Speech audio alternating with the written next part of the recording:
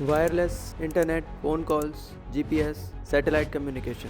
आज हम जितनी भी वायरलेस टेक्नोलॉजी यूज़ करते हैं वो सब एक इंसान की वजह से मुमकिन हुई है। एक ऐसा इंडियन साइंटिस्ट जिसका नाम दुनिया के टेक्स्ट बुक से काट दिया गया, एक ऐसा साइंटिस्ट जिसने वायरलेस कम्युनिकेशन का बेस बनाया पर क्रेडिट किसी और को दिया गया। नाम है जगदीश चंद्र बोस।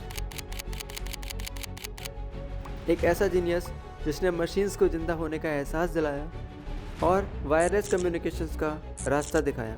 ये सिर्फ एक कहानी नहीं, ये एक सच है, एक सच जिसे दुनिया ने छुपाया। ये उनकी खोई हुई लेगेसी की स्टोरी है।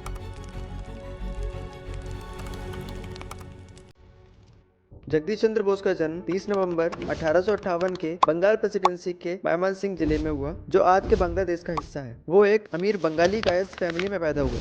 सवाल उठता है, एक प्रिविलेज वाला बच्चा ब्रिटिश रूल के टाइम पर कैसे दुनिया का सबसे अंडररेटेड साइंटिस्ट बन गया। उनके पिता भगवान चंद्र बोस ब्रिटिश गवर्नमेंट के डेप्यूटी मजिस्ट्रेट थे, पर उनकी एक बात उन्हें अलग बनाती थी, वो थी ब्रिटिश एजुकेशन सिस्टम से उनकी नफरत। और उनकी इसी नफरत के चलते उन्होंने बोस को इंग्लिश कॉन्वेंट स्कूल में कभी नहीं भेजा, बल्कि एक बंगाली वर्नाकुलर स्कूल में एडमिशन दिलाया। उनका ये मानना था कि अगर एक बच्चा अपनी मिट्टी, अपनी शादी, अपनी संस्कृति नहीं समझेगा तो दुनिया को कैसे समझेगा। दूसरी तरफ उनकी माँ बामा सुंदरी देवी एक एजुकेटेड, स्पिरिचुअल, स्ट्रॉन्ग और डिसिप्लिन महिला थी। वो उन्हें प्रकृति के नियम, भारतीय फिलोसफी और बहादुरी की कहानियां सुनाती थी। उनका मानना था कि व्यक्ति का चरित्र परीक्षा के अंकों से ज्यादा मायने रखता है। यही फैमिली वैल्यूज, यही अपब्रिंगिंग उनके अंदर एक ऐसी क्यूरियोसिटी जगाई जो साइंस को सिर्फ पढ़ना नहीं, फील करना चाहती थी। इसी फाउंडेशन ने जगदीश चंद्र बोस को बनाया, वो साइंटिस्ट जो मशीन और प्लांट्स दोनों को जिंदा महसूस करता था।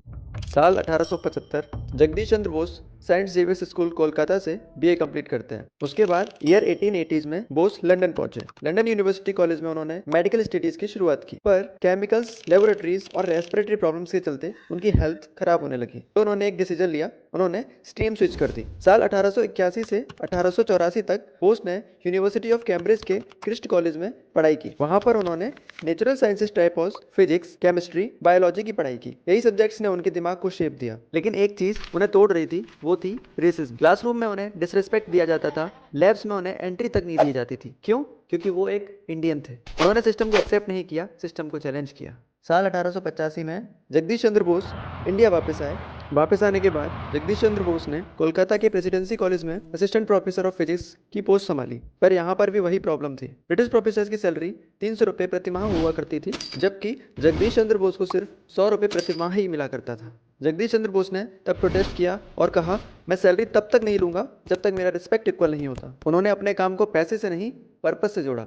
3 साल बिना सैलरी, सिर्फ टीचिंग, सिर्फ रिसर्च, सिर्फ डेडिकेशन, और फिर ब्रिटिश गवर्नमेंट को सैलरी इक्वल करनी पड़ी। अब समय था एक्सपेरिमेंट्स का। ईयर 1894 में जगदीश चंद्र बोस ने इलेक्ट्रोमैग्नेटिक वेव पर रिसर्च स्टार्ट की। उन्होंने हेनरिक हर्ट्ज के एक्सपेरिमेंट्स को और रिफाइन किया, रेजोनेंस, स्पार्क डिटेक्शन और वेव रिफ्लेक्शन को मैथमेटिकली प्रूव किया। और सबसे शॉकिंग स्टेप, बोस ने मिलीमीटर वेव ट्रांसमीटर और डिटेक्टर डिजाइन किया, एक ऐसा इक्विपमेंट जो उस समय से दशकों आगे था। मई 1895 बोस का पहला रिसर्च पेपर पब्लिश हुआ। यहाँ उन्होंने प्रूव किया कि इलेक्ट्रोमैग्नेटिक वेव्स लाइट की तरह पोलराइज हो सकती हैं। नवंबर 1895 वही मोमेंट जहां हिस्ट्री ने टर्न लिया। बोस ने एक ट्रांसमीटर और रिसीवर बनाया और वायरलेस सिग्नल को बिना वायर दूसरी जगह तक भेजा, और ये सिग्नल दीवार के पार होकर एक इलेक्ट्रिक बेल बजाता है और एक एक्सप्लोजिव इग्नाइट करता है। ये दुनिया का पहला प्रैक्टिकल प्रूफ था कि वायरलेस कम्युनिकेशन पॉसिबल है। बट यहाँ से कहानी इंटरेस्टिंग नहीं, शॉकिंग हो जाती है। जगदीश चंद्र बोस ने पेटेंट नहीं करा, क्योंकि उनके लिए साइंस बिजनेस नहीं, नॉलेज थी। और इसी बीच एंट्री होती है गुग्लियाल्मो मार्कोनी। मार्कोनी ने बोस की पब्लिश पेपर्स और डिटेक्टर डिजाइन का यूज किया और 1896 में पेटेंट कर दिया the wireless telegraphy. Credit, Nobel prize और वर्ल्ड फेम सब मार्कोनी ले गए।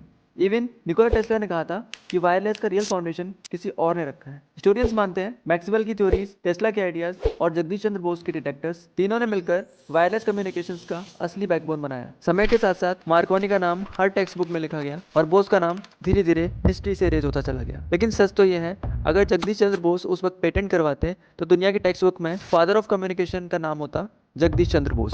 अगर हिस्ट्री सही होती तो रेडियो के फादर मार्कोनी नहीं, जगदीश चंद्र बोस ही होते। इसके अलावा भी जगदीश चंद्र बोस ने कई और साइंटिफिक रिसर्चेज की और उनको पब्लिश किया। 1895 से 1899 के बीच बोस ने कॉपर, टिन, स्टील और गोल्ड जैसे मेटल्स पर इलेक्ट्रोमैग्नेटिक वेव्स का बिहेवियर टेस्ट किया। उन्होंने साइंटिफिकली मेजर किया रिफ्लेक्शन, रिफ्रैक्शन, एब्जॉर्प्शन। ये स्टडीज बाद में रेडार और सैटेलाइट एंटीना डिजाइन करने का फाउंडेशन बनी। बोस का सबसे इंपॉर्टेंट कंट्रीब्यूशन था एक सेल्फ रिकवरिंग वायरलेस डिटेक्टर कोहरर। ये रिसर्च उन्होंने 27 अप्रैल 1899 को रॉयल सोसाइटी लंदन में प्रेजेंट की। इसमें उन्होंने मेटल्स की वेव रिस्पॉन्स साइंटिफिकली कंपेयर की। आगे चलकर बोस के इस कोहरर को ब्रिटिश नेवी और इटालियन वायरलेस सिस्टम में मॉडिफाई करके यूज किया गया। ये इतना सेंसिटिव था कि दूर से दूर वायरलेस सिग्नल सुन सकता था, जो जगदीश चंद्र बोस ने 1899 में बनाया। तो मार्कोनी ने जगदीश चंद्र बोस के कोहरर से इंस्पायर होकर 1901 में पेटेंट कराया। इसके अलावा भी जगदीश चंद्र बोस ने कई एक्सपेरिमेंट्स किए। बोस ने बताया प्लांट्स भी फील करते हैं, living and non living matter में इलेक्ट्रिकल रिस्पॉन्सेज कॉमन है, और उनके मिलीमीटर वेव एक्सपेरिमेंट्स ही बन गए मॉडर्न माइक्रोवेव, रेडार और 5G का बेस। मार्कोनी ने सिस्टम बनाया, बट बैकबोन जगदीश चंद्र बोस ने दिया। अगर हिस्ट्री सही होती तो शायद आज रेडियो के फादर जगदीश चंद्र बोस होते। अब बताओ, अगर डिस्कवरी किसी और की हो और पेटेंट किसी और के नाम पे हो तो हिस्ट्री गलत लिखी गई या गेम कुछ और ही था। बोस ने कभी शिकायत नहीं की, उन्होंने कभी किसी से रिकॉग्निशन या अवार्ड ही नहीं मांगा। एक इंटरव्यू में उनसे पूछा गया, मार्कोनी ने आपका आइडिया यूज करके फेम ले लिया, आपको इस बात का गुस्सा नहीं आता? जगदीश चंद्र बोस बस हल्का सा मुस्कुराए और बहुत शांति से बोले, मैं साइंस पैसे या नाम के लिए नहीं करता, सच हमेशा समय के साथ सामने आ जाता है। और आज सोचिए, जो वाईफाई हम रोज यूज करते हैं, जो रेडार प्लेन्स को ट्रैक करता है, जो सैटेलाइट्स जीपीएस चलाती है, जो ब्लूटूथ, रिमोट सेंसिंग और 5G ने वर्ल्ड को कनेक्ट किया है, इन सब का ओरिजिन, इन सब का डीएनए 1895 के एक कोलकाता के रूफटॉप एक्सपेरिमेंट से शुरू हुआ था। और उस एक्सपेरिमेंट के पीछे